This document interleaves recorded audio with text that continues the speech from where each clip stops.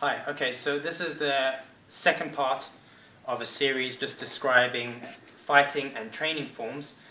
And just to expand on this a little bit, what we use in our club, we use two ways of understanding how to break down applications from our traditional forms or katas. What I use is primary techniques or initial techniques, or what is called in the Yelitrin system, a shape. Okay, and I'll explain that in a second a little bit more. And then what we have is secondary or chance techniques. Okay, now when you train your systems of martial arts, your forms and your techniques will be a mixture of two, and it's vitally important that you can start to be able to understand what is what. Now let me explain that. You have your initial technique, which is your primary technique. That is a movement which is done at the outset of a fight, which we would call a shape. The idea is that you avoid an aggressor's force or attack, okay? So whilst simultaneously avoiding it, you're getting into their defensive perimeters and landing a decisive blow, okay? So that would be the description of what we would call being a shape, is the idea that I'll use some form of footwork, and there's 8 different types of footwork or directions I can move, and I'll describe that in another video. And the object is to avoid the attacking force and simultaneously trying to end the fight. Okay, we're not in the business of sparring, people. We're not a sport. I don't want, when I get attacked in and Damien steps in, me to move back and to move around. Okay, we're sparring. Okay, I'm in a pub and something happens. I don't have that opportunity. Okay, I don't want to be doing that. That's sport. I don't start off a kata, start bouncing around. Okay, we don't do that. Okay. What we're trying to learn is that on the first contact, okay, which we say there's a primary technique. Your goal is you're going to try to hit him. That's your job, the real technique. One of my teachers used to teach real or not real. Okay, you really want to hit them, but of course people stop you hitting them. They avoid it, they block. That moves you into your secondary technique. Okay, so what I mean is let's pick something really, really simple. I'm standing or whatever, I'm arguing with Damien, and he goes to like punch me because we're both wearing the same uniform and he's a really, crazy guy and he doesn't like it. So I'm standing arguing with him, he tries to hit me, and I move. Boom, I hit him on the back. Okay? Primary technique. Okay? We slow it down. My primary technique. He went to move and I blocked and I went to hit him. Boom. Okay? I moved, so as it came in, I moved, and at the same time I moved, I'm looking to hit. Now, it could be whatever technique. Let's say, you're moving it, boom, and I'm trying to hit. Okay? That was my primary technique. My secondary technique, or chance technique, would be what happens if that doesn't work. Okay? What happens once I've hit him, it does work, but he hasn't gone down. What's my follow-up? So let's say he comes in, I do hit him, so I come across here, I pop him, but it hits him. Boom, he's only half out. How do I follow in? Okay? What is my technique after this? Okay? My secondary technique. Okay, what happens if he blocks it? I move here, he blocks it. What's my technique from here? Okay, what's my technique from there?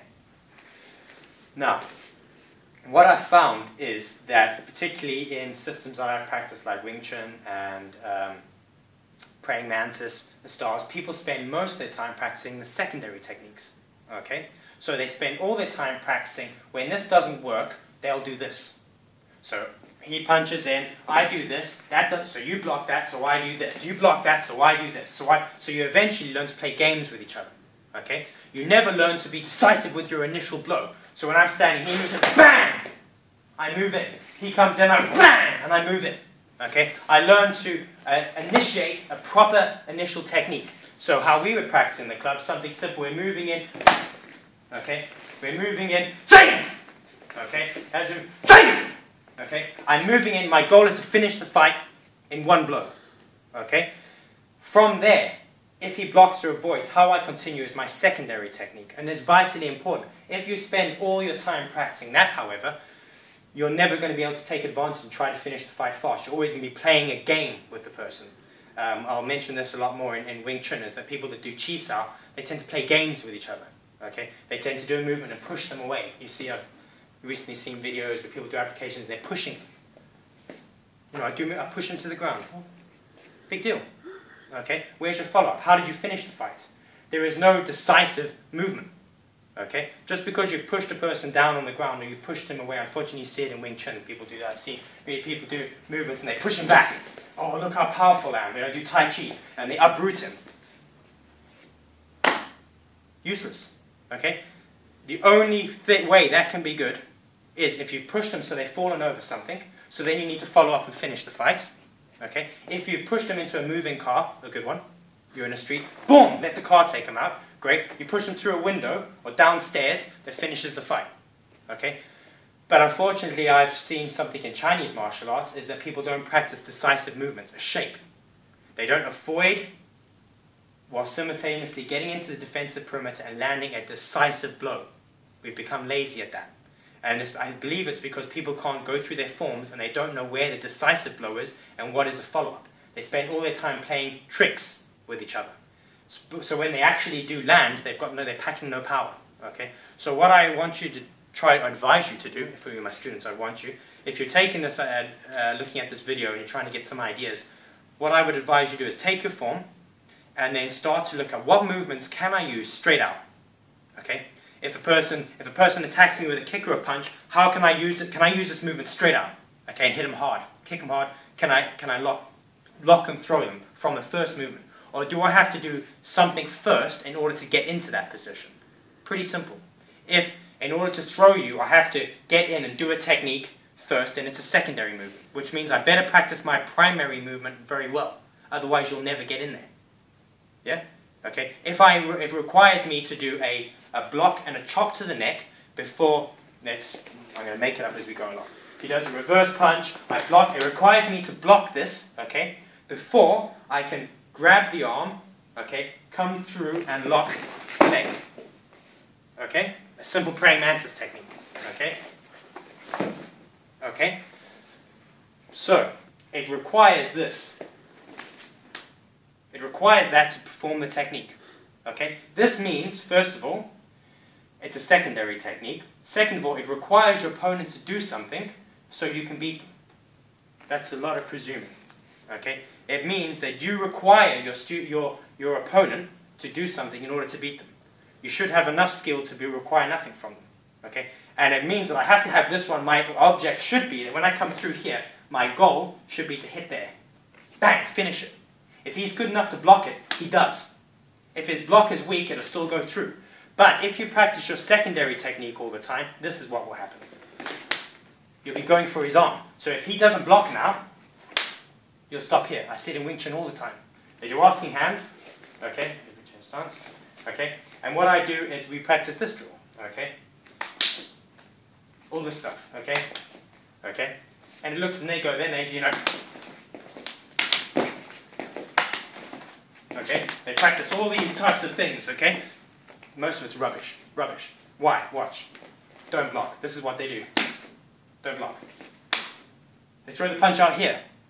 So what happens if you're with a guy and you're fast and he's got his hands up, okay, but he's not good at blocking. You go and you don't block. You've wasted an opportunity. You should always have a real technique, your primary movement. Okay. After that, you've got your chance technique. So I really move in to try to hit it. If he blocks that, then how I move in. My real technique should be real. Okay? Not chasing hands, playing. Okay? Games. I see it in Filipino martial arts, Wing Chun. I've suffered from it. Okay? And this is why, because I know I did the same thing. Okay? There's too much emphasis on the games, not enough emphasis on the finishing technique. Okay? Truth be told, if you've got a good primary technique, that's normally enough. Okay? One hit, one kill was one of the sayings from Xing Yi Quan. One movement.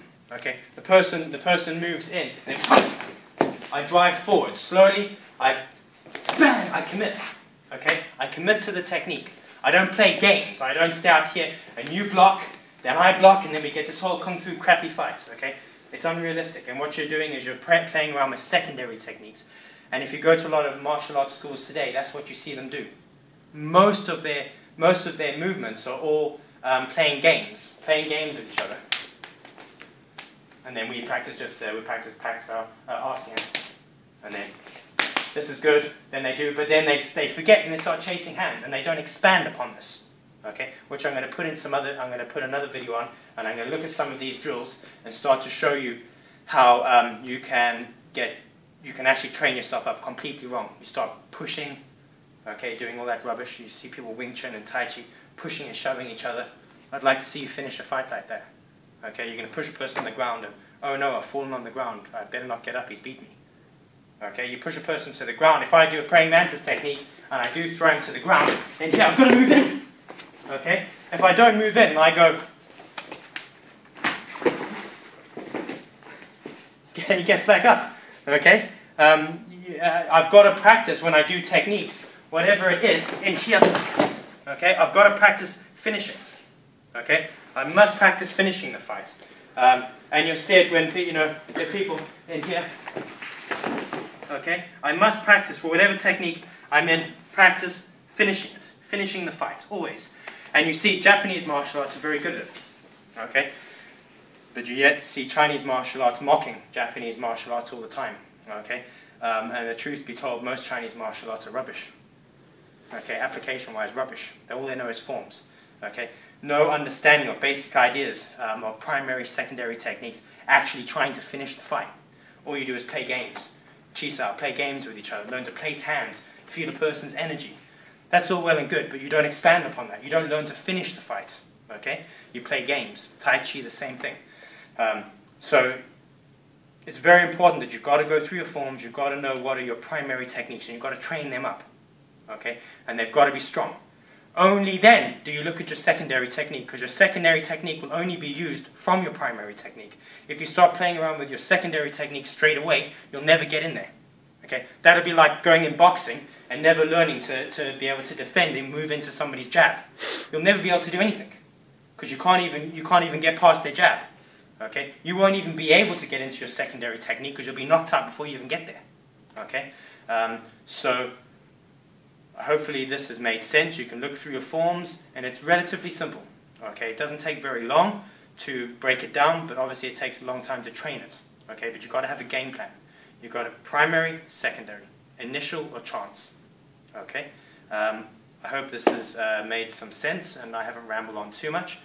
These videos will be as a good start to the rest of my video series, where we start to play around with some of these principles.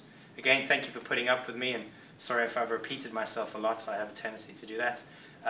So thank you.